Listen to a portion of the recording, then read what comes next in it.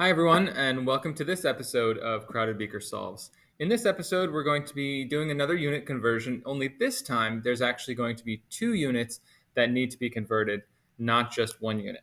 And so let's take a look. The process is going to be the same, but slightly different, and you'll see. So the question is, a cyclist is riding her bike at 12.3 miles per hour. How many meters per second is she going? So I can see in my problem here that I have two units, miles and hours, and the miles isn't going to need to be changed to meters, and the hours is the time unit, which needs to be changed to second. Both are commonly used to measure speed. So to set this up, there's one significant difference, and that's right here at the beginning, where I'm going to write down what I know, 12.3 miles, but because it's per hour, the unit of hours is actually going to be on the bottom. Miles per hour. So that's where it's going to start. It needs to be destroyed, but it's going to start there on the bottom. So then, unless you're a very rare person, you might not know how many meters per second are there in a miles per hour. And so you might have to do these separately. And that's okay. You just show your work and take your time. So let's change miles first. Can we change miles to meters? Well, we can put miles on the bottom and meters on the top. Okay. And it turns out that in 1 mile, there are 1,600 meters. So that may be something you needed to look up, and that's okay. Nobody's judging. So, but that will get rid of miles and get us into meters over hours. Those are the units that are remaining. Now we're getting closer, but it's not perfect. We want meters per second, not meters per hour.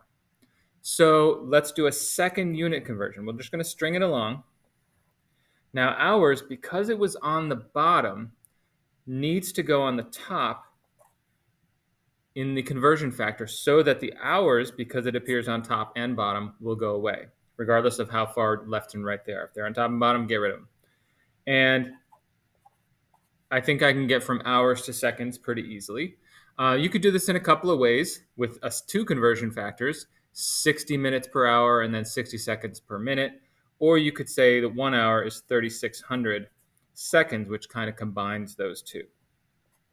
Okay, now to do the math, I need to take my 12.3 and multiply by 1,600 across the top times 1, but then divide by 3,600, and I get an answer of 5.46. I'm going to show you this.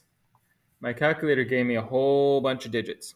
Okay, that's what the calculator does. But you, being the responsible chemist and scientist that you are, need to judge that and pick the appropriate number of digits.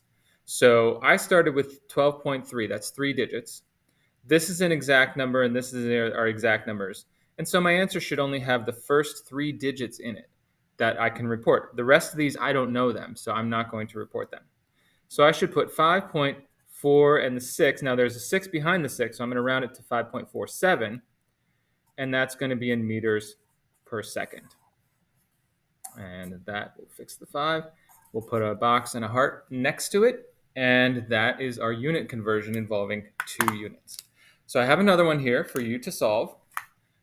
So we'll take a look at it. The density of iron is 7.86 grams per milliliter. That's off the periodic table. How many pounds per liter is this? So it's different, but the process is the same. Take a moment, pause the video, and then try to solve it, and then come back on and we'll show you the solution.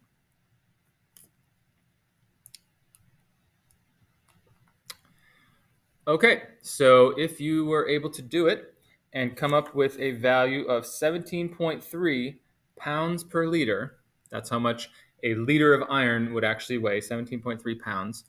And there was a lot more digits that the calculator gave me, but I only gave you 3. And so grams gets destroyed into pounds.